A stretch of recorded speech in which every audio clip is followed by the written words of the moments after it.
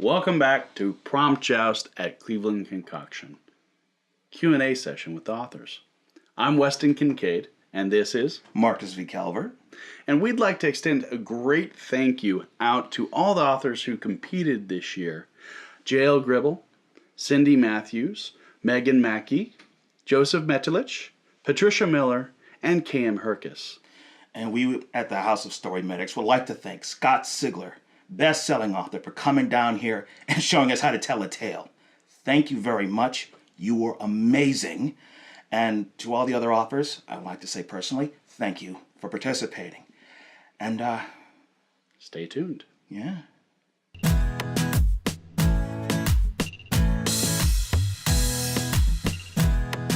We're going to go ahead and begin by allowing the authors to tell us who they are again and what they write, and then we'll go down the table.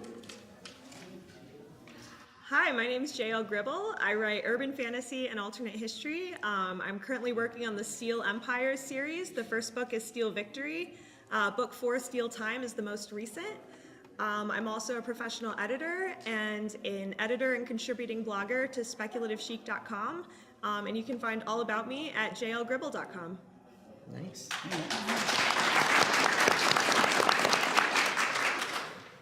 Hi, I'm Cindy A. Matthews, and I write under a variety of pen names because I have a multiple personality problem, I guess. I'm writing a Cindy A. Matthews with my husband, Adrian J. Matthews. This is a YA science fiction adventure with vampiric aliens and alien abduction from Earth, the Blood Dark series. And I've written contemporary romance and time travel romance, fantasy romance as Cynthiana. And unfortunately, I do go there and write erotic romance and vampire fiction as Celine Chatillon. And I own all of those names as domain names, so check me out. CindyAMatthews.com is the nice one you can go to first. Hi, my name is Megan Mackie. I am the writer of the Finder of the Lucky Devil series. I also am a contributing writer to Onyx Path RPG games. You can find me on Facebook. I have a Facebook page. I do have a website, meganmackieauthor.com. And I write mostly urban fantasy / cyberpunk. And I wear a cool hat. Yes, you do. Hello, I'm Joseph Matulich, the guy who writes funny, scary stuff. At this point, I have published the Arcanum Fair trilogy, which is a comedy of sex, magic, and power tools. Nice. About building a Renaissance fair in the scariest town in Ohio that is hip deep in witches, demons, and undead skinless bunnies. I have 2 upcoming books. One is a steampunk adventure on the High Silk Road from China to Europe. And then I have a little item coming out about killer GMO squirrels. So watch out.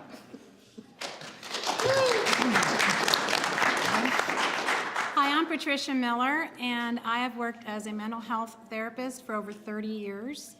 I have with me today books 1 and 2 in a young adult science fiction romance trilogy. The first, Joshua, Life After Theos. The second, Joshua, Breaking Free. Before I write the third one, I intend on writing a paranormal, which I have outlined, should be out by the end of this year. And you can find me at pmwritescom.wordpress.com, or on Facebook at patriciamiller.author. Thank you.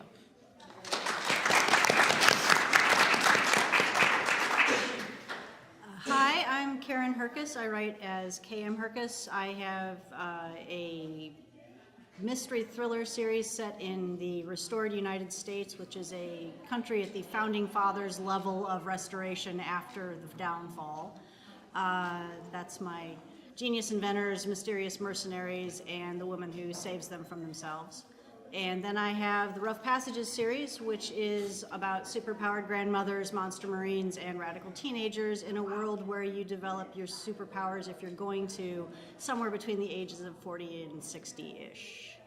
I also work in public library, so I'm very powerfully passionate about book access to books in stories in all their forms. And you can find out all about me on dawnrigger.com.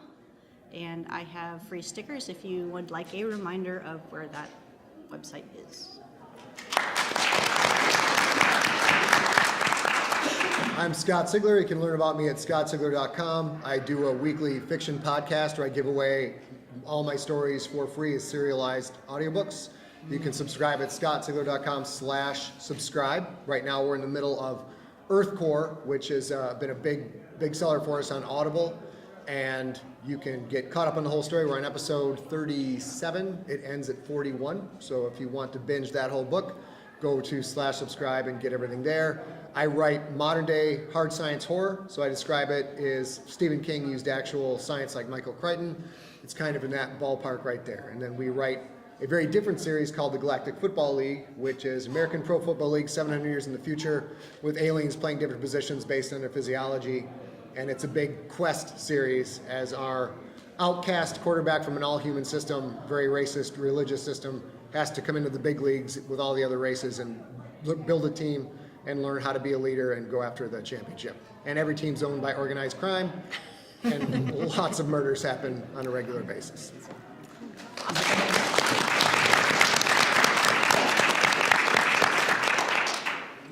One more round of applause for our winner of our King of the Hill Prompt Joust tournament, Scott Sigler.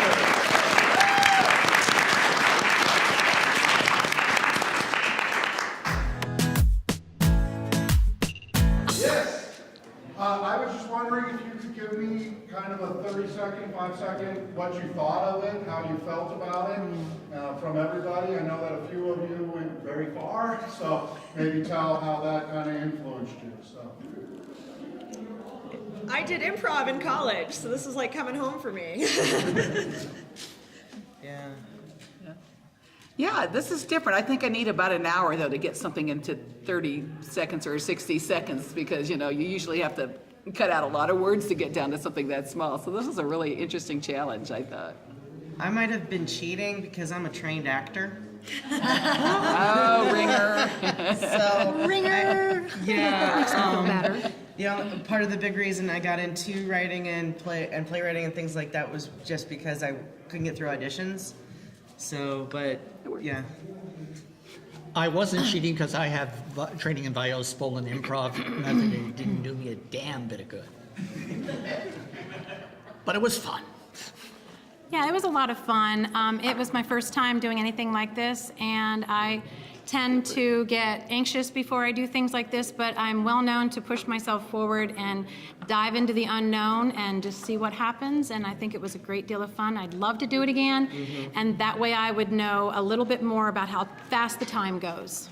So you're the one who needed the martini. I had a glass of wine before I came. Should have had two. I like a bottle of water. I really enjoyed it. I get very anxious before doing almost everything, so that's nothing new, but I'm also an adrenaline junkie, so it works out pretty well. I would do it again in a heartbeat. It was fun. Yes. It's fun. It was pretty fun. I was surprised only one object was given a sexual connotation out of all the objects. I went there. I kind of assumed that a lot of people would be going there, but they were a very well-behaved panel. So Yeah, well, that can all be me. quite well done. Thank you.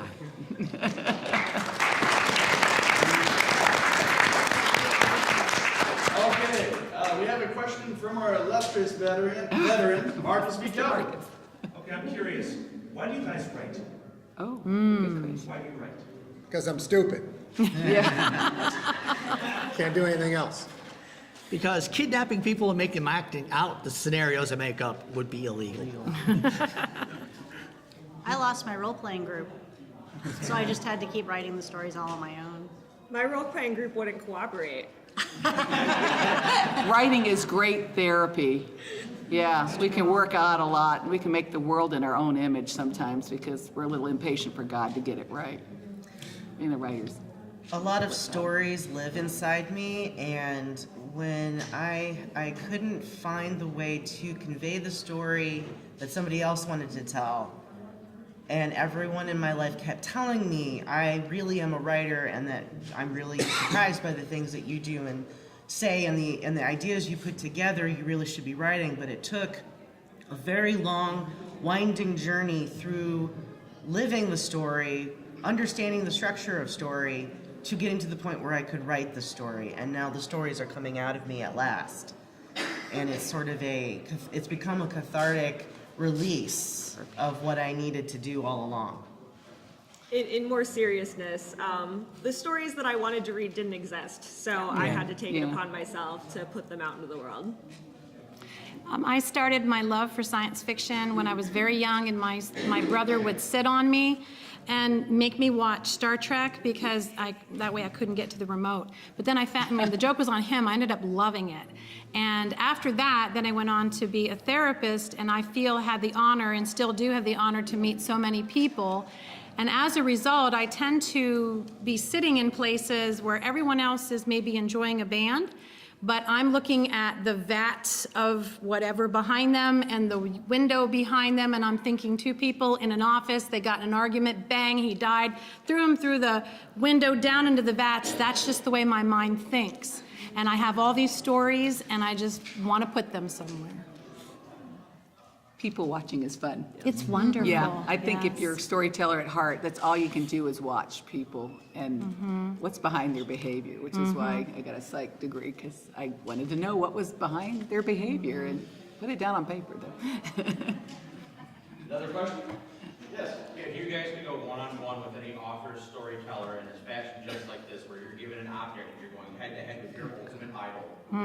Neil Gaiman. Ooh, yeah. That'd be fun.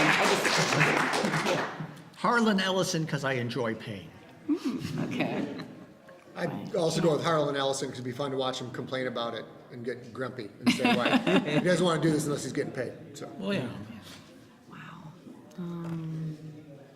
How about the rest of you? I'm old school. I want to bring Agatha Christie back. Yeah. Great. Christie back.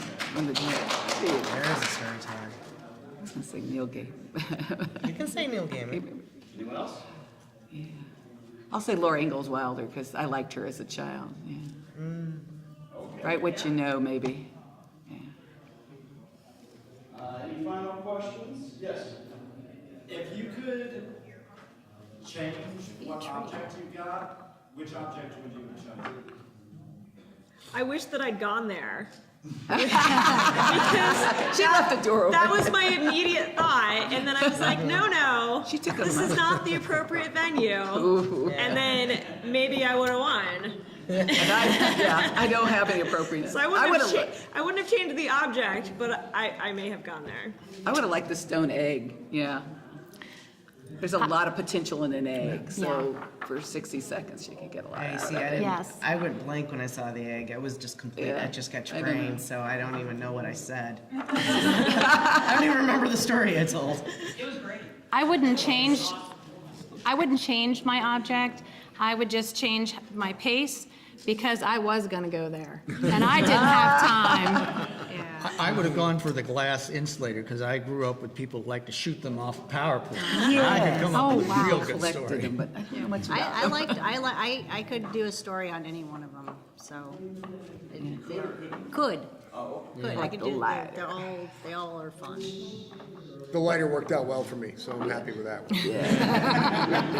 one. light To be things. fair, Could go a lot. Okay, I appreciate it. We're about out of time, so thank you very much for coming. Everyone, round of applause for the great author.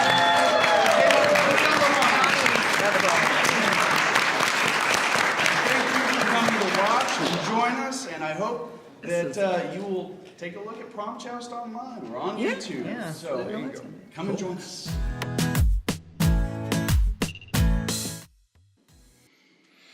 So, Marcus, since you weren't on the panel, if you could have changed and gotten one of the other prompts, which would you have chosen?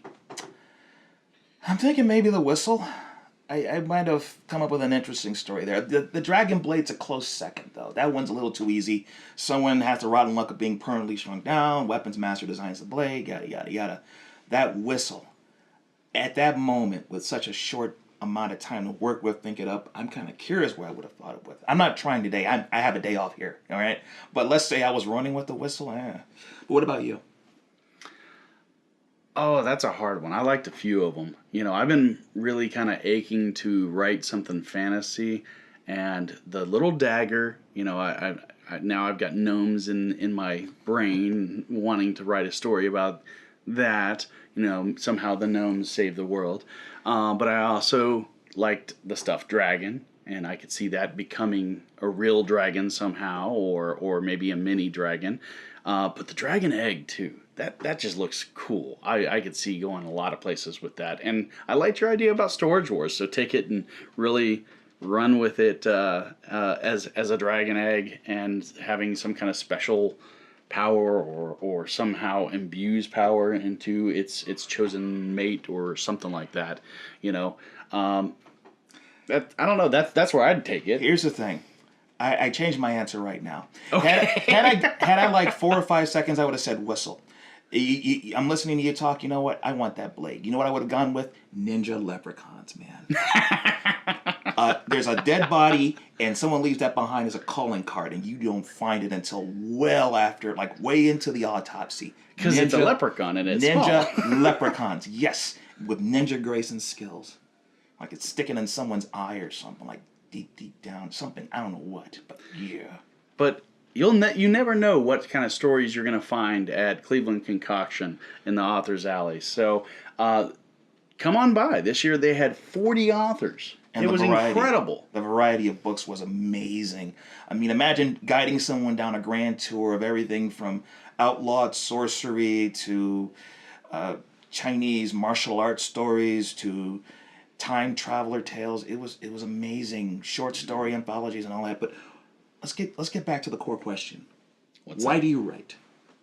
Why do I write? Yeah, what made you embark on this journey? I mean, it's been a passion, plus the characters in the head that keep growing in number just keep hammering at my skull. So I can't really stop them. Cheaper than therapy. And then you grow up during the 70s and 80s watching all these movies thinking to yourself, I can do better than that. Yeah.